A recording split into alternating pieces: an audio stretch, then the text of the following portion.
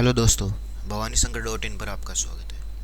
इस वीडियो में हम बात करने वाले हैं प्रधानमंत्री यशस्वी स्कॉलरशिप के लिए एनएसपी पोर्टल से ऑनलाइन अप्लाई कैसे करेंगे और कब ये शुरू होगा, और भी कई इंपॉर्टेंट बातें जो इस वीडियो में होने वाली है। पिछली वीडियो में मैंने आपको बताया था कि अब जब तक मैं नया वीडियो नहीं बनाऊंगा तब तक कोई इंपॉर्टेंट बात नहीं सामने आएगी। ये वीडियो बन रहा है, इसका मतलब कुछ ऐसी इंपॉर्टेंट बातें हैं जो आपको जानना ज़रूरी है, क्योंकि अगर ये बातें आपने मिस कर दी तो आपको स्कॉलरशिप में काफ़ी दिक्कत हो सकती है। तो उसके लिए मैंने कुछ पॉइंट बनाए हैं, वो अब मैं आपको समझाता हूँ।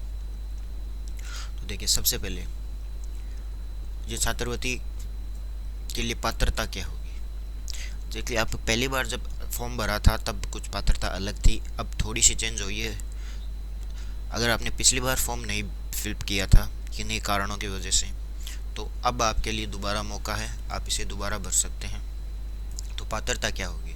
पात्रता सबसे बड़ी कि आप भारत के नागरिक होने चाहिए, जो कि आप हैं। उसके बाद विद्यार्थी ओबीसी, ईबीसी, डीएनटी कैटेगरी का होना चाहिए। अगर आप अभी तक ये नहीं जानते कि आपकी कौन सी कैटेगरी है और ओबीसी, डीएनटी और ईबीसी का क्या मतलब है, तो इसके लिए डिस्क्रिप्शन में एक वीडियो की लिंक मिल जाएगी, उसे आप देख लीजिए, आपको पूरा समझ में आ जाएगा। उसके बाद यह है कि छात्रों के आवेदन के लिए विद्यार्थी के पिछली कक्षा, यानी अभी आप 9th में हैं तो आपके 8th में आपके 60% से ऊपर आने चाहिए, और अगर आप अभी 11th में हैं तो आपके 10th के में 60% से ऊपर यदि अंक है तो आप इसके लिए अप्लाई कर सकते हैं। उसके बाद क्या है, देखिए, उसके बाद इम्पोर्टेंट बात है कि ये स्कॉलरशिप वही छात्र भर सकते हैं या वही बच्चा भर सकता है जो स्कूल में पढ़ाई कर रहा होगा।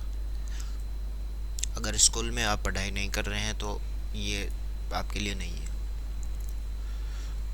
उसके बाद आपको पता है कि 60 अंक आने चाहिए, तो उत्तीर्ण तो आप होंगे ही, तो ये पॉइंट वो कोई खास नहीं है।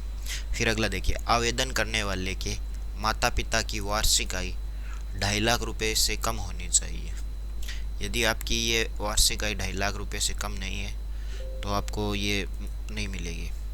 फिर देखिए, क्या जन्म तिथि का क्या है। तो अगर आप 9वीं में पढ़ रहे हैं तो आप इसके लिए आवेदन, अगर आपकी जन्म 1/4/2004 से 31/3/2010 के बीच हुआ है तो आप इसके लिए एलिजिबल है, आप इसका फॉर्म भर सकते हैं। अगर आप 11th में हैं तो आपकी जन्म तिथि 1 तारीख 4था महीना और 2004 से 31/3/2008 के बीच में होनी चाहिए। अब आप ये सोच रहे हैं कि ये मैं बातें आपको अब क्यों बता रहा हूँ, ये तो आपको पहले से ही मालूम हो गया, लेकिन कुछ ऐसे स्टूडेंट हैं जिन्हें अभी तक इनके बारे में मालूम नहीं है, वो मुझे बार बार एसएमएस करके पूछ रहे हैं, इसलिए मैं उन्हें ये बता रहा हूँ। अगला पॉइंट और इम्पोर्टेंट है, जो सभी के लिए इम्पोर्टेंट है, क्योंकि अभी कुछ टाइम बाकी है, 4-5 दिनों में शायद ये स्टार्ट हो सकते हैं, कि इसका कुछ हिंट मिला है, वो आपको आगे बताऊँगा। आपको आपके सभी डॉक्यूमेंट्स रेडी रखने हैं। जैसे कि यहाँ देखिए, मैं आपको डॉक्यूमेंट बता देता हूँ, क्योंकि अगर आपके डॉक्यूमेंट ही तैयार नहीं होंगे तो फिर आपका स्कॉलरशिप मिलना नामुमकिन हो जाएगा, और कई कई डॉक्यूमेंटों में तो थोड़ा टाइम भी लग जाता है।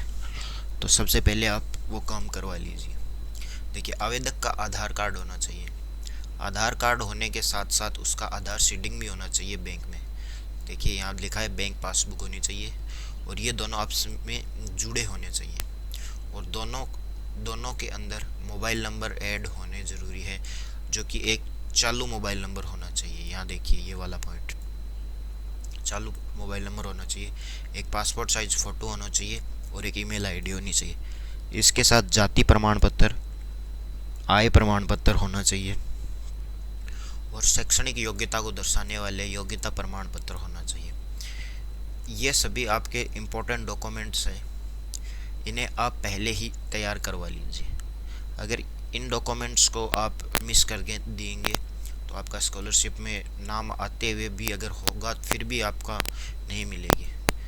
इसका काफ़ी कारण हो सकता है, तो अब इसे बिल्कुल ही मिस मत करें। आज ही आपको ये 2 चीज़ ये और 2 चीज़ ये, इन चारों चीज़ों का तो खास करके ध्यान रखना है कि आज ही अप्लाई कर दें अगर आपका नहीं है तो, क्योंकि अगर ये चार चीज़ नहीं होगी तो आपको काफ़ी परेशानी हो सकती है।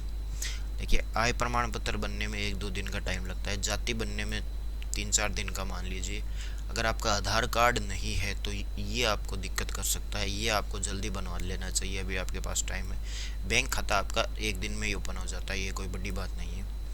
लेकिन आपको ये चारों चीज़ें काफ़ी ध्यान रखनी है, क्योंकि इन्हीं के बेस पे आपको स्कॉलरशिप मिलेगी। क्योंकि आपके आधार कार्ड जुड़ा अगर बैंक से नहीं होगा तो आप पहले से ही रिजेक्ट कर दिए जाएंगे, क्योंकि आपको मैं आगे दिखाऊंगा कि किस प्रकार आप रिजेक्ट कर दिए जाएंगे। तो फिर चलिए अब आगे बात कर लेते हैं कि अब इसे अब ऑनलाइन अप्लाई कैसे करेंगे। तो ऑनलाइन अप्लाई करने के लिए आपको डिस्क्रिप्शन में लिंक मिल जाएगी, उस पर जैसे ही आप ऑनलाइन अप्लाई पे क्लिक करेंगे तो आपके सामने ऑफिशियल वेबसाइट खुल जाएगी एनएसपी पोर्टल की। तो आप जैसे ही हम नीचे आएंगे तो यहाँ पे देखिए, यहाँ मैं आपको चिन्ह करके दिखा देता हूँ, ministry of social justice empowerment, इस पर आपको क्लिक कर देना है। इस पर आप जैसे ही क्लिक करेंगे तो आपके सामने नया पेज ओपन हो जाएगा।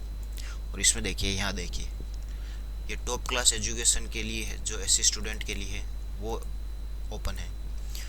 और ये अपनी वाली है, PM Yashasvi central scholarship top classes education in school for OBC EBC DNT student, ये अपनी वाली है जो अभी क्लोज है।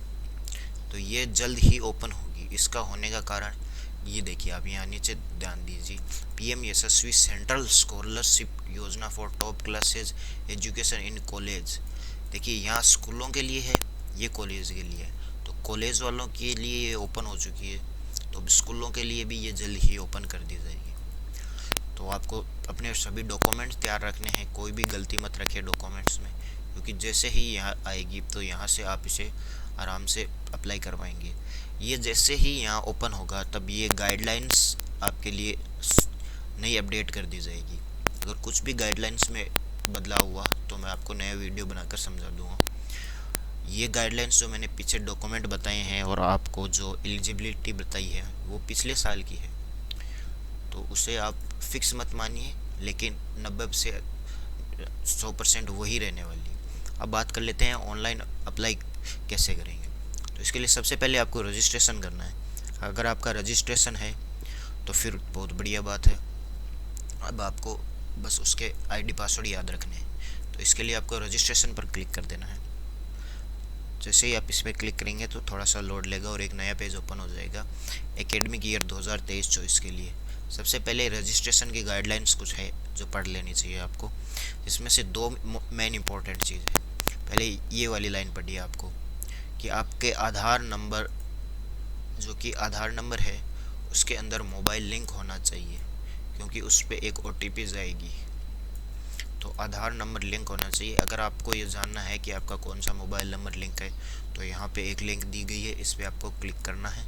देखिए, मैं आपको दिखा देता हूँ।